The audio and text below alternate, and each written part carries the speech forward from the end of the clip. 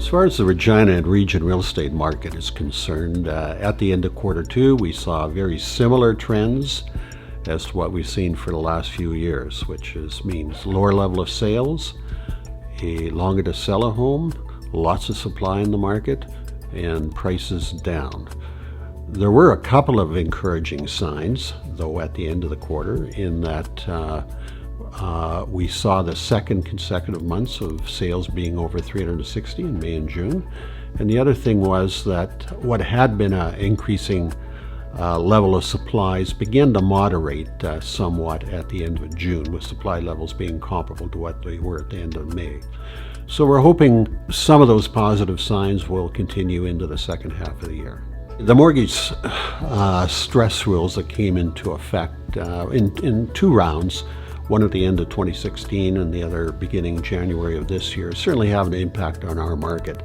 Now, those stress rules were targeted really for overheated markets in Toronto and Vancouver, but were applied right across Canada, including our market. And we've been at a bit of an ebb for the last couple of years, and we did not need this dampening effect that these rules have had in place.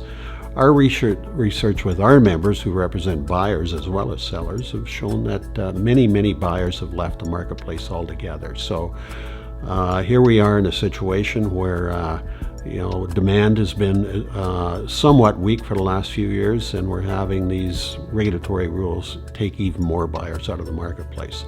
And that's had an impact on sellers with lower prices. It's had an impact on buyers not being able to get into the marketplace.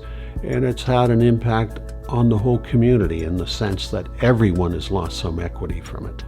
The suggestion we've made is that when these types of measures are necessary for a couple of markets in Canada, do them on a targeted basis rather than the broad brush approach that's been applied in this case. Every market in Canada is different. Each has their own characteristics and are each at different points as far as the evolution of the market. So measures of this nature should not be applied with a broad brush. They should be done on a targeted basis at those markets that require some cooling.